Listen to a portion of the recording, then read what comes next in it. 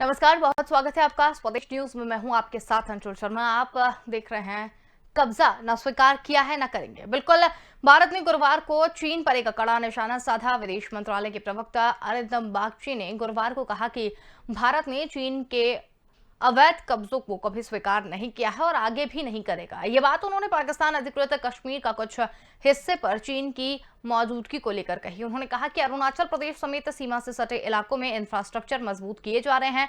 Border से सटे इलाकों में सड़क और पुलों का निर्माण तेजी से किया जा रहा है। विदेश मंत्रालय ने कहा कि भारत सरकार देश की सीमा पर होने वाली एक्टिविटी का राजनयिक माध्यमों के जरिए विरोध करती हुई नजर आई है। आपको बताते चले कि अफगानिस्तान के मसले पर होने वाली सभी बैठकों में भारत शामिल होता आया है और उस मुद्दे पर दिल्ली में हुई राष्ट्रीय सुरक्षा सलाहकारों की बैठक में पाकिस्तान नहीं आया। इससे ये पता चलता है कि अफगानिस्तान के मसले को लेकर कितने चिंतित हैं। रिपोर्ट में यह स्पष्ट कहा गया था कि चीन ने अरुणाचल प्रदेश पर अपना दावा मजबूत करने के लिए तिब्बत ऑटोनोमस रीजन और एलएसी के बीच विवादित जगह पर अपना एक गांव बसा दिया है और इस गांव में 100 घर बनाकर नागरिक भी बसाए गए हैं। रिपोर्ट के मुताबिक चीन ने गांव साल 2020 में दोनों देशों के बीच पूर्वी लद्दाख के गतिरोध शुरू होने के बाद बसाया था। रिपोर्ट में यह भी कहा गया है कि इस गांव को बसाने के अलावा भी चीन ने बहुत सारे पक्के इंफ्रास्ट्रक्चर एलएसी से सटे इलाकों में बनाए हैं और इस दौरान चीन की तरफ से सीमा पर यथास्थिति बनाए रखने के लिए लगातार बातचीत भी की जा रही है। और पेंटागन की अगर बात करें तो सामने आने के बाद भारतीय सुरक्षा प्रतिष्ठान ने भी ये कहा है कि अरुणाचल के ऊपरी सुबनसिरी जिले में विवादित सीमा पर जहां पर गांव में निर्माण की बात कही जा रही है उस पर 1959 से ही चीन का कब्जा है। इस बारे में कुछ नहीं किया जा सकता। हालांकि त्यारी चू नदी के तट पर बनाए गए इस गांव के इलाके को भारत अपना क्षेत्र मानता है। मीडिया रिपोर्ट्स के मुताबिक 1959 में चीनी सेना ने एक ऑपरेशन में असम राइफल्स की इस चौकी पर कब्जा भी कर लिया था। तो ये मुद्दा आज का जो है वो यही है कि भारत का कड़ा जवाब चीन को एक तरह से देना चाह रहा है। और इसी पर हमारे साथ चर्चा में दो मेहमान जुड़ेंगे, वो जुड़ गए हमारे साथ। विंग कमांडर प्रफुल्ल बख्शी जी हमारे साथ जुड़े हैं और इसके साथ ही रक्षा विशेषज्ञ अमरदीप त्यागी जी भी हमारे साथ जुड़े हैं। आप दोनों का ही बहुत स्वागत है। विंग कमांडर सर, सबसे पहले आपसे ही जानना चाहेंगे, लगातार सीमा विवाद बहुत दिनों से चला आ रहा है। चीन अभी हटने को तैयार नहीं है और भारत ने भी अब ये कह दिया है कि कब्जा पहले भी स्वीकार नहीं था, अब भी नहीं करेंगे। तो यहाँ पर जो गांव बसाया जा रहा था उसके लिए कड़े रुख जो है वो भारत कहीं ना कहीं अपनाता हुआ दिखाई दे रहा है। कैसे देखें इसे? Thank you very much Anshul ji.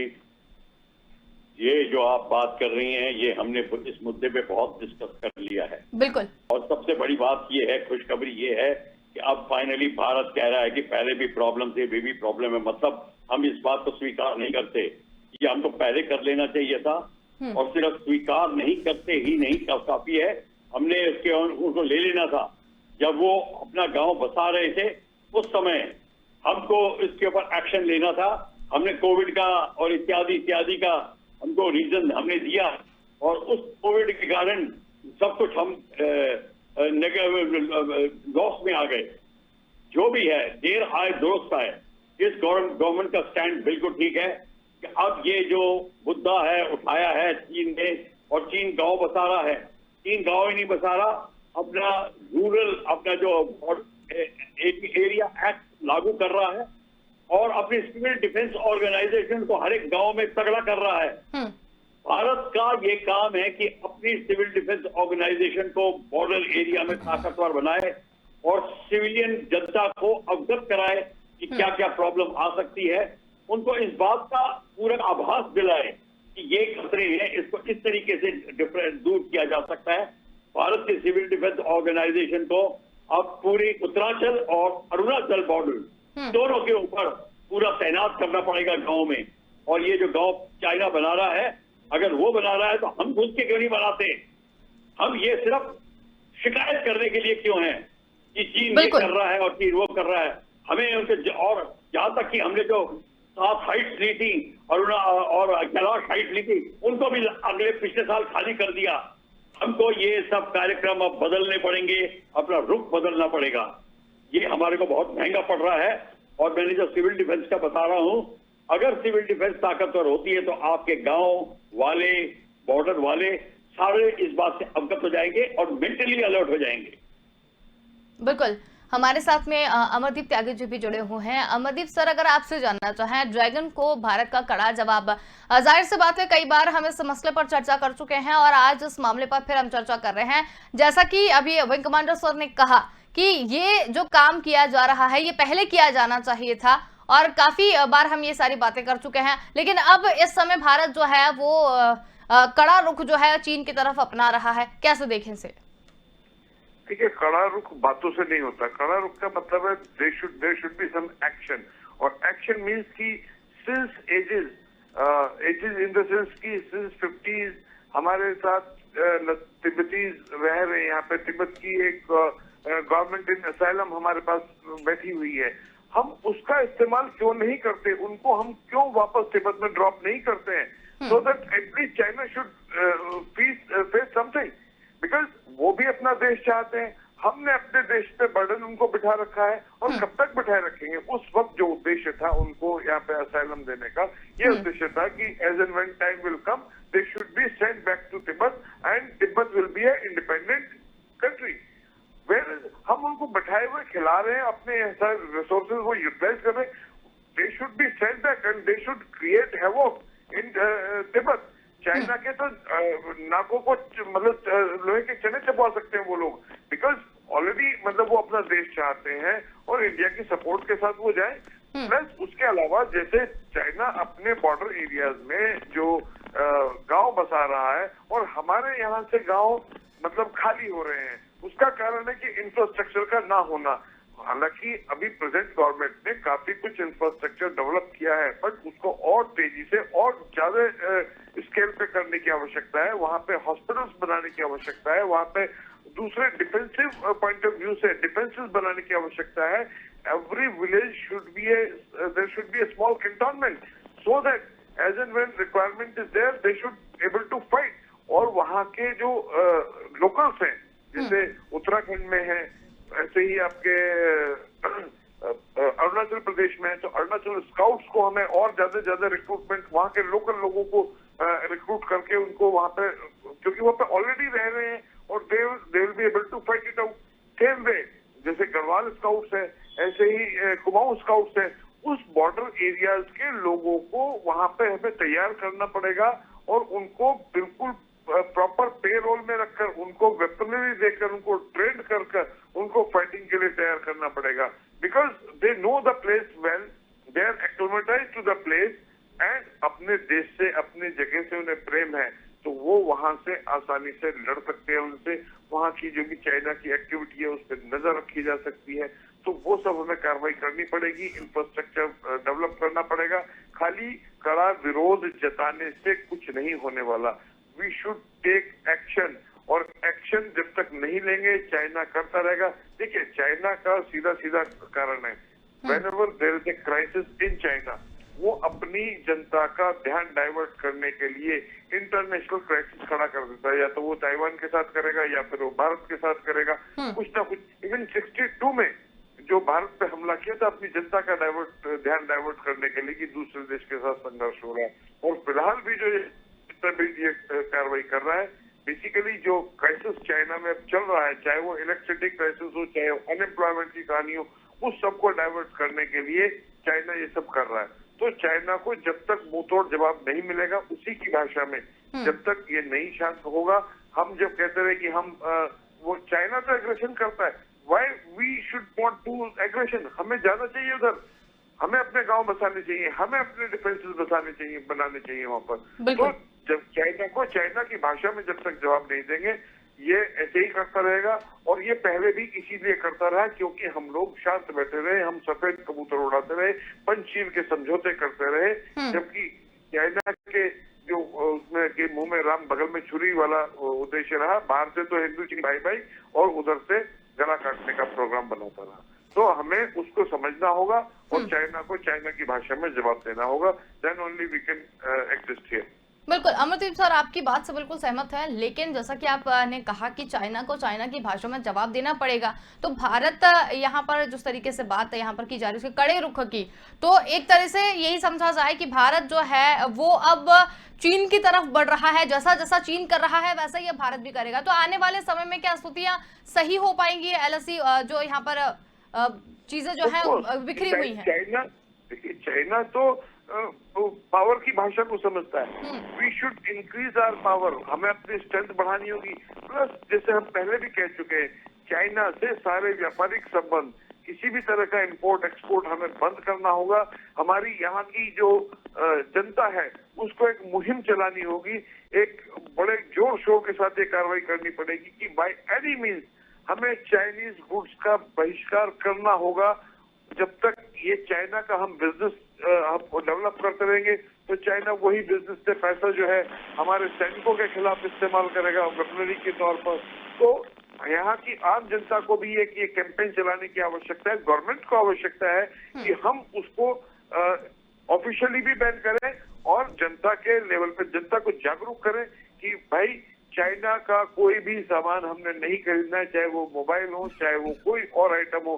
China का बिजनेस, चाइना के आइटम हमारे घर घर में घुस चुके हैं। छोटी छोटी जरूरत है, आप फर्नीचर लेने चले जाओ तो इम्पोर्टेंट फर्नीचर कहाँ का है, चाइना का है।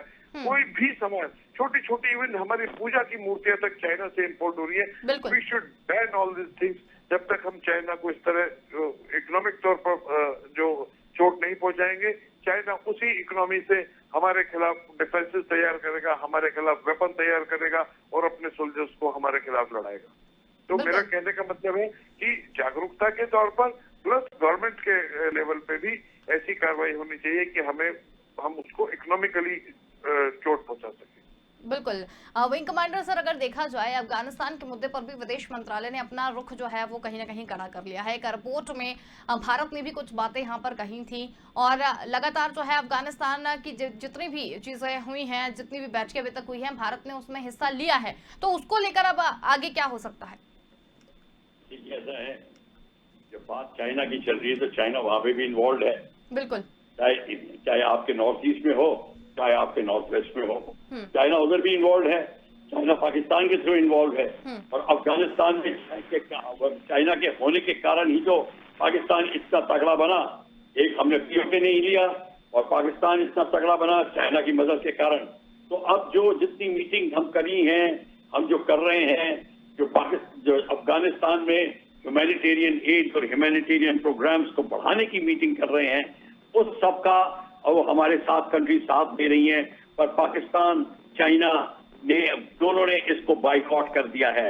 हालांकि सरायता रशिया के साथ मिलकर वो कर रहे हैं और अब तो अपने फेस सेटिंग के लिए उसके भी एलिमेंट को तालिबान को कहा है कि से दूर रखिए। इत्यादि सारी बात तो हो रही है। पर देखिए ऐसा है कि कोई जादुई बैंड तो है नहीं कि आप ये करेंगे तो एकदम हो जाएगा। आपको मेहनत करनी पड़ेगी। जो हम बात कर रहे हैं अरुणाचल की तरफ की, वही बात यहाँ पे भी लागू होती है और वही बात विलेजेस है और अरुणाचल तो वो बना रहे हैं, यहाँ पे घुस रहे हैं और अब चाइना की मदद करेगा। बहुत सारी बात पैसों से तो हमने हमारी जो हमने शुरू किया है कि हम इसको ह्यूमैनिटेरियन एंगल से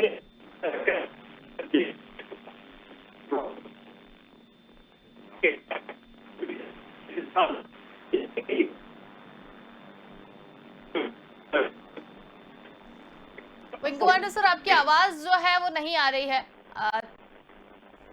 मेरी आवाज आ रही जी, अब आई।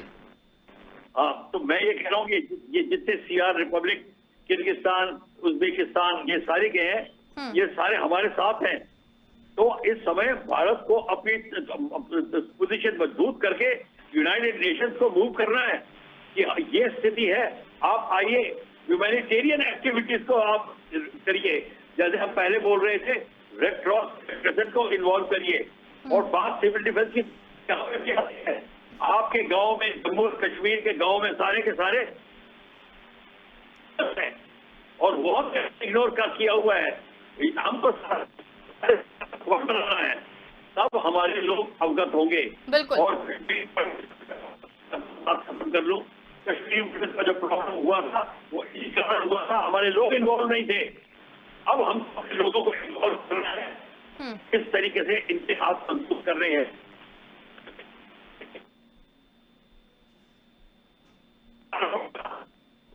उल्टा पड़ेगा, ये हो रहा है।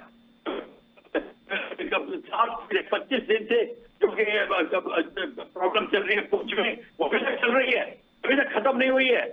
आप देखिए अंदर के बाहर से नहीं आ रहे। इसीलिए जब हम अपना अंदर का डिफेंस तगड़ा करेंगे, सिविल डिफेंस तगड़ा करेंगे, तब इन्वॉल्वमेंट होगी। और साथ में फौज को पूरी मदद सिविल डिफेंस ऑर्गेनाइजेशन देगी, फौज सिविल डिफेंस को मदद करेगी मैन पावर के थ्रू, रिसोर्स के थ्रू, फिर बात होगी। बिल्कुल। अमरदीप सर, अगर आपसे जानना चाहें, विदेश मंत्रालय ने एक बयान छोटा सा यहाँ पर दिया है, या यूं कहें कि एक छोटी सी लाइन यहाँ पर है कि चीन का अवैध कब्जा जो है वो ना पहले स्वीकार था ना किया जाएगा। तो कहीं ना कहीं भारत ने एक कहीं ना कहीं इसके पीछे क्या एक रणनीति बना ली होगी कि अब चीन से कैसे निपटना है, इसे इस तरीके से समझ सकते हैं? एब्सोल्युटली, बिल्कुल। जब तक हम कोई इस तरह की स्ट्रांग पॉलिसी नहीं बनाएंगे, इनफैक्ट जो विदेश मंत्रालय है और जो हमारे विदेश मंत्री हैं और हमारे जो प्रधानमंत्री हैं, उनको एक ऐसा संगठन बनाने की आवश्यकता है जो anti China mean south east Asian सारे कंट्रीज चाइना से सफर कर रहे हैं, चाहे उसमें वियतनाम हो, चाहे उसमें ताइवान हो, चाहे उसमें मलेशिया हो, हांगकांग हो, सारे मतलब everyone is suffering from China. तो ऐसे देशों का संगठन हमें बनाना है और उसको लीड कौन करेगा? India, because India is the largest country among all these. और इंडिया ही ऐसा एक देश है जो चाइना को एक बिफिटिंग रिप्लाई दे सकता है। तो खाली अकेले सारा काम नहीं हो सकता, बिकॉज इंटरनेशनल बरादरी को भी साथ लेके चलना जरूरी है। तो हमारे विदेश मंत्रालय को क्या करना चाहिए? सबसे पहले तो एक संगठन ऐसा बनाना चाहिए जो कि चाइना के खिलाफ हो सारे के सारे, क्योंकि दुश्मन का दुश्मन दोस्त होता है। बिल्कुल। तो हमें ऐसे देशों को एक साथ जोड़कर और अपनी फुल फ्लेज पावर के साथ, चाहे उसमें हमारी आर्म फोर्सेस हो, नेवी हो, एयरफोर्स हो, आर्मी हो, चाहे हमारी इकोनॉमिक पॉलिसीज हो, वो सारी पॉलिसीज इस हिसाब से बननी चाहिए कि जो चाइना को डेट पहुंचाए। जहां कहीं भी चाइना का बिजनेस है वहां पे हमारी कार्रवाई ये चीज चाहिए कि सो दैट चाइना का बिजनेस पे लो। और जब तक हम ऐसा नहीं करेंगे, क्योंकि चाइना का एक उद्देश्य है, चाइना इस एरिया की अपने आप में पावर बनना चाहता है, और एक तरह से देखा जाए तो उसने न्यूसेंस तो किया हुआ है। उसका सबसे बड़ा कारण है कि वो यूएन का सिक्योरिटी काउंसिल का परमानेंट मेंबर है, बिल्कुल। और वो भी हालांकि गिफ्टेड बाय इंडिया है, बट व्हाटएवर जो है, जो हो गया सो हो गया। लेकिन हमें वर्ल्ड कम्युनिटी को इस तरह तैयार करना चाहिए कि उसकी सिक्योरिटी काउंसिल की मेंबरशिप जो है वो he should be expelled, because एक सिक्योरिटी काउंसिल का परमानेंट मेंबर होते हुए आपका कोई राइट नहीं बनता है कि आप अपने नेबरिंग कंट्रीज को परेशान करें और वहां पर अशांति का माहौल तैयार करें, because it's a total irresponsible behaviour उस पोजीशन को देखते हुए।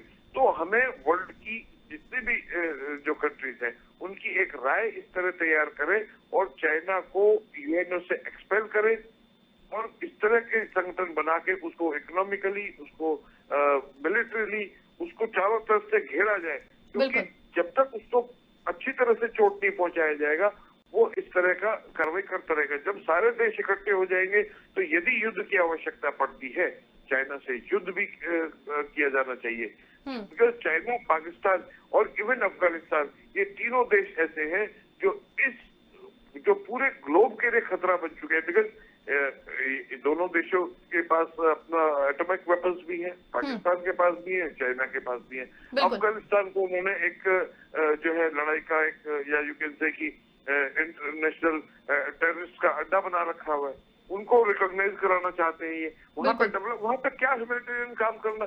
अमेरिका इतने सालों से, 20 सालों से वहाँ ह्यूमैनिटेरियन नहीं काम कर रहा था, और अमेरिका को अल्टीमेटली वहां से छोड़ के भागना पड़ा। तो दे आर लाइक राक्षस, जैसे हमारे जो ग्रंथों में राक्षसों का वर्णन है, ये इस तरह के लोग हैं। तो इनके साथ तो उसी तरह का व्यवहार होना चाहिए, एंड मतलब पूरी वर्ल्ड कम्युनिटी को इस पे तैयार होना चाहिए, और India should take on this lead. बिल्कुल, बहुत अच्छी बात आपने यहाँ पर कही। विंग कमांडर सर कुछ कहना चाह रहे बहुत देर से। जी सर। मैं इसलिए कहना चाह रहा हूँ, मेरी बारी आ गई है तो मैं बोलूंगा ही।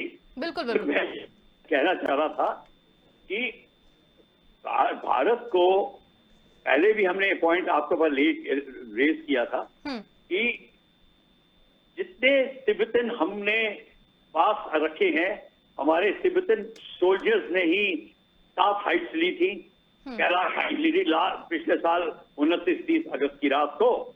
और आज से कई साल पहले 1965 के बाद में खम्पास को लेके, तिब्बतन को लेके अमेरिकन ने ट्रेन की थी फोर्स इंडिया के साथ में, और जिसको कि और उनको इसके साथ में ट्रेन करके इस्टेब्लिशमेंट बनाई थी, और उनको ट्रेन करके लड़ाई कर रहे थे, उनसे एरोप्लेन दिए थे अमेरिका ने इसके लिए। हमने उस ट्रेनिंग को स्थगित कर दिया। हमको वो ट्रेनिंग दोबारा शुरू करनी पड़ेगी। तिब्बत में को ही दांत लगाना पड़ेगा, वो खम्पा ट्राइबल्स को, और तो हमें तिब्बत को रिकॉग्नाइज करना पड़ेगा। तिब्बत की एम्बेसी खोलनी पड़ेगी। हमने तिब्बत की एम्बेसी नहीं खोली। दलाई लामा को हम हैप्पी बर्थडे विश करने में प्रॉब्लम करते हैं, और जो तिब्बतन में जो रेड हैट और येलो हैट जो बने हैं, उनका हम समावेश साथ में करके उनका कोऑपरेशन लेना चाहिए। ये नहीं कि हम उनके बीच में अलगाववाद पैदा करें। चाइना उसका फायदा उठाएगा, और ताइवान के साथ में भी ऐसा हमें करना है। अगर ताइवान के साथ और तिब्बत के साथ ऐसा करें, और फिर जो मैंने पहले बोला, कर्नल साहब ने अभी बोला कि क्वाड अरेंजमेंट आपके पास में है, आप उसको मिलिटराइज करिए। जब आपका क्वाड अरेंजमेंट मिलिटराइज होगा, तब चाइना को पड़ेगा धक्का, और क्वाड प्लस मिलिट्री एंगल से चाइना का सामना करने के बनेगा, तब बात बनेगी। तब तक आप सिर्फ बात करेंगे तिजारत की, कि आप ट्रेनिंग बंद कर दीजिए, ये तिजारत बंद कर दीजिए, वो बंद होएगी नहीं। आप देखेंगे हमारे लोग इतने सेल्फ सेंटर्ड हैं, चाहे जो हो जाए चाइना के साथ ट्रेड बंद नहीं होगा। उल्टे रॉन्ग रूट से ट्रेड होगी तो होती रहेगी। हमको उसको डायरेक्ट एक्शन लेने की बात है। और सेकेंडली, ये जो गांव बना रहे हैं, ये गांव बनने क्यों दिया अरुणाचल में? ये हमें करने नहीं देना चाहिए था। सीपीईसी का डेवलपमेंट हो रही है, उसको पीओके हम ले लेते तो सीपीईसी डेवलप नहीं हो सकती। अब हमको सबसे ज्यादा एक्शन लेना पड़ेगा। तो जेएनके में कंबाइंड एक टीम बनानी पड़ेगी, centralise command and control team. बिल्कुल, मतलब और उस समय जी बिल्कुल, कहने का मतलब ये देर आए दुरुस्त आए, लेकिन भारत जो अभी कर रहा है वो कहीं ना कहीं सही कदम है। उससे पहले कर लेना चाहिए था, लेकिन अभी भी कर रहा है, तो चीन की जो बुरी नजर है वो कहीं ना कहीं भारत पर अब ना पड़े। बहुत धन्यवाद, आप हमारे साथ यहाँ पर जुड़े और इस पूरी चर्चा में शामिल हुए। तो हम बात कर रहे थे कि भारत ने गुरुवार को चीन पर एक कड़ा निशाना साधा। विदेश मंत्रालय के प्रवक्ता अरिंदम बागची ने गुरुवार को कहा कि भारत ने चीन के अवैध कब्जों को कभी स्वीकार नहीं किया है और आगे भी नहीं करेंगे। तो ये कहीं ना कहीं चीन के लिए एक बड़ी चेतावनी है कि भारत पर जो बुरी नजर चीन यहाँ पर लगातार बनाए हुए था, अब उसे संभल जाना चाहिए, क्योंकि अब भारत भी कहीं ना कहीं फॉर्म में आ गया है, और अब चीन को भारत भी ईंट का जवाब जो है वो पत्थर से देने के फिराक में है। फिलहाल के इतना ही। देखते रहिए स्वदेश न्यूज, क्योंकि सबसे पहले देश।